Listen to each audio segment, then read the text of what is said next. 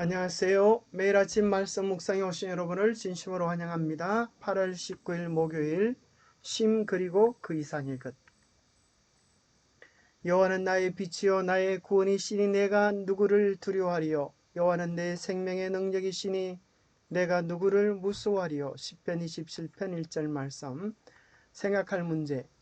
엘리야는 어디로 왜 가고 있었는가? 엘리야를 위해 무엇이 준비되어 있었는가?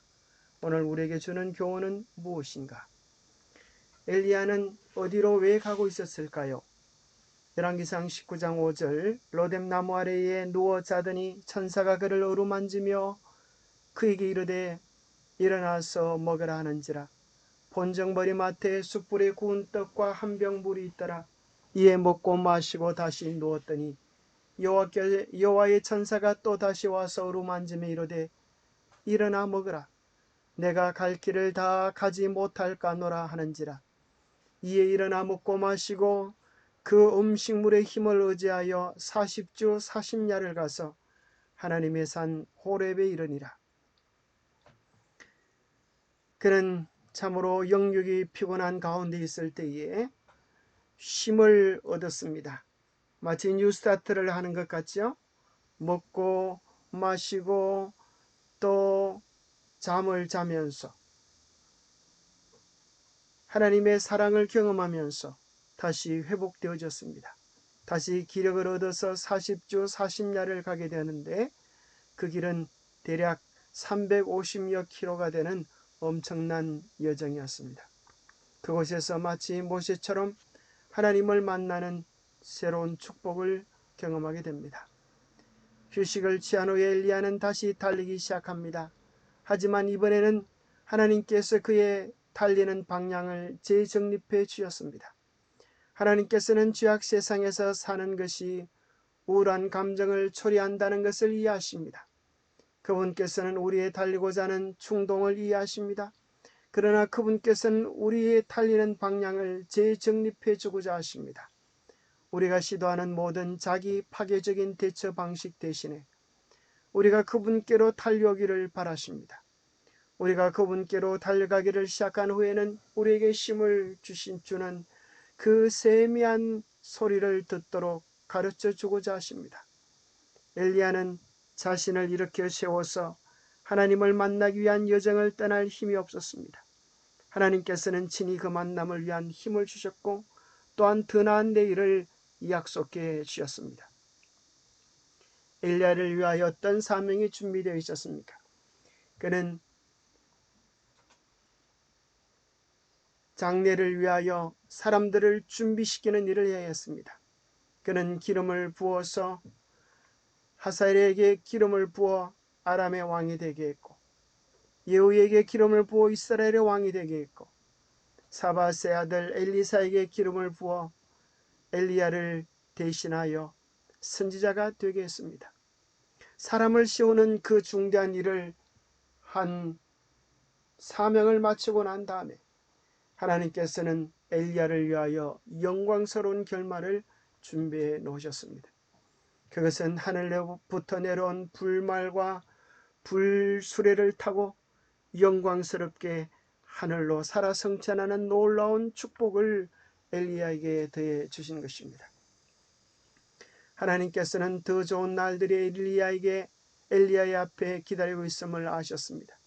그가 자신의 삶을 하나님의 리듬에 맞춰 조절하는 것을 배우며 그분의 쉼을 받아들일 때 선지자에게 참된 쉼이 찾아올 것이었습니다. 기름 부음을 받아야 하는 왕들이 여전히 남아 있었으며 엘리야의 후계자가 선택되어져야 했습니다. 하나님께서는 엘리야에게 아들과 같은 존재가 될 엘리사에 관하여 이미 알고 계셨습니다. 하나님께서는 엘리야가 다시 한번 믿음을 가지고 하늘로부터 불이 내리기를 요청할 것을 알고 계셨습니다. 엘리야는 로뎀나무 아래에서 죽게 될 것이 아니었습니다. 불병거를 타고 하늘의 영광 속으로 들어가게 될 것이었습니다.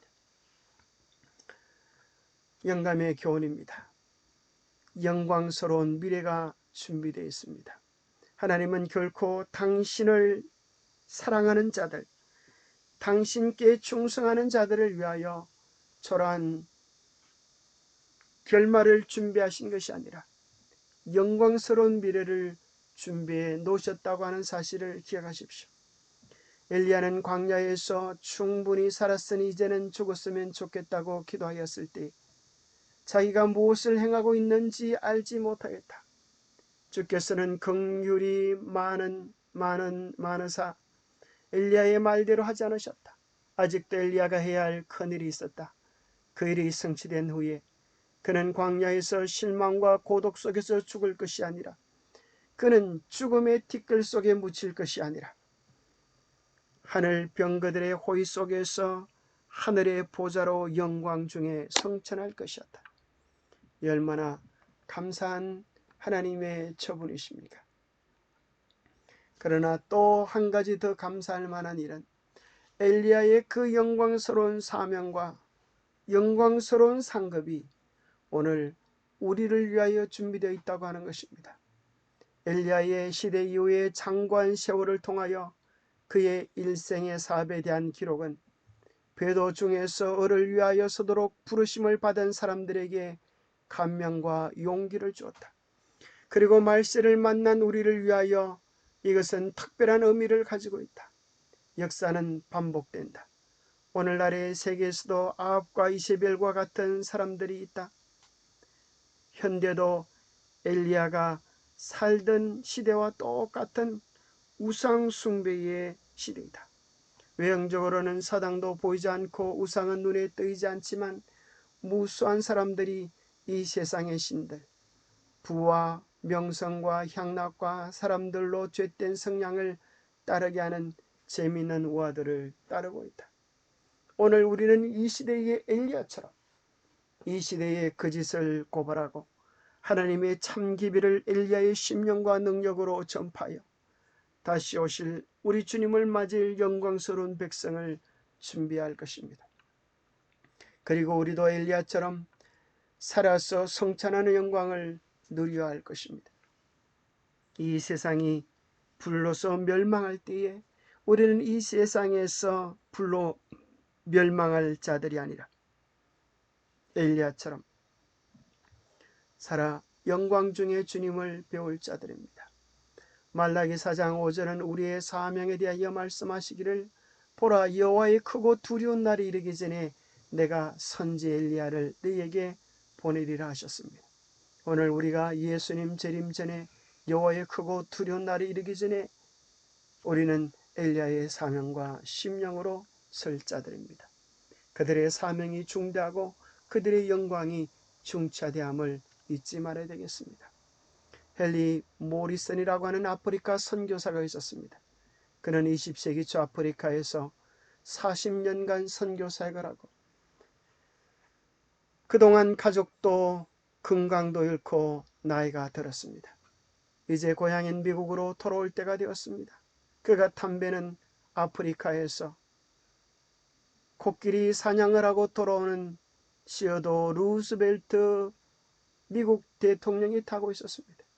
백안주역 항구로 들어서고 대통령이 내리자 레드 카펫이 깔리고 군악대의 빵빠레가 울려 퍼졌습니다.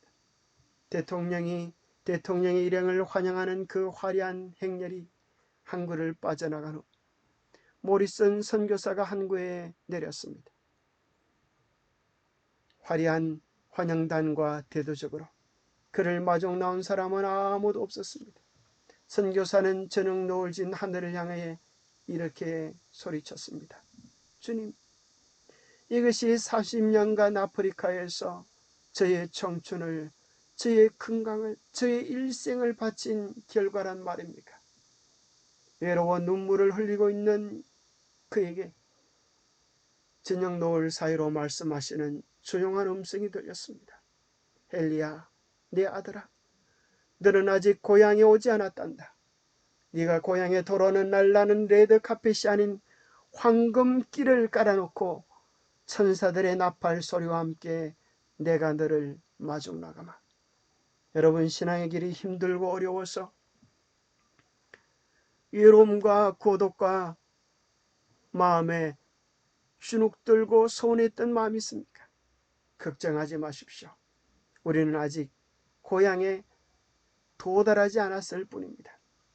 우리가 우리의 집 본향에 도달할 때 주님은 우리를 부둥켜 안고 노래를 부르시며 우리의 머리에 영광의 면류관을 씌워주실 것입니다. 그날이 오기까지 우리의 최선을 다하여 주님께 영광을 돌릴 수 있게 되기를 바랍니다. 엘리야처럼 우리가 가야 할 길을 힘차게 전진할 수 있기를 바랍니다. 기도하겠습니다. 하나님 아버지, 우리가 세운 계획들이 무너질 때에 실망하기보다 오히려 기뻐하게 하여 주시옵소서. 주님이 세우실 더 좋은 계획들을 신뢰하기 때문입니다. 제가 세운 계획과 방향과 속도에 따라 사는 삶이 아니라 하나님의 리듬과 계획에 맞춰 살아가기를 원합니다. 하나님께서 주시는 참된 쉼과 만족을 경험하고 싶습니다. 엘리야를 찾아와 오셔서 일으켜 주신 주님, 엘리야를 위하여 영광스러운 미래를 준비하신 주님, 하나님의 그 놀라운 사랑과 자비의 손길을 우리도 경험하게 하여 주시옵소서. 엘리야가 가야 할 길을 최선을 다하여 가고 영광의 면류관을 썼던 것처럼 우리도 그리 될 수 있도록 성령님 지도하시고 힘주시옵기를 우리 주 예수 그리스도로 모자하여 간절히 간구하옵나이다. 감사합니다. 엘리야의 그 영광스러운 사명과 영광스러운 결말을 보면서 우리의 사명과 우리의 결론을 말씀 안에서 언약 안에서 붙잡게 되기를 축복합니다. 감사합니다.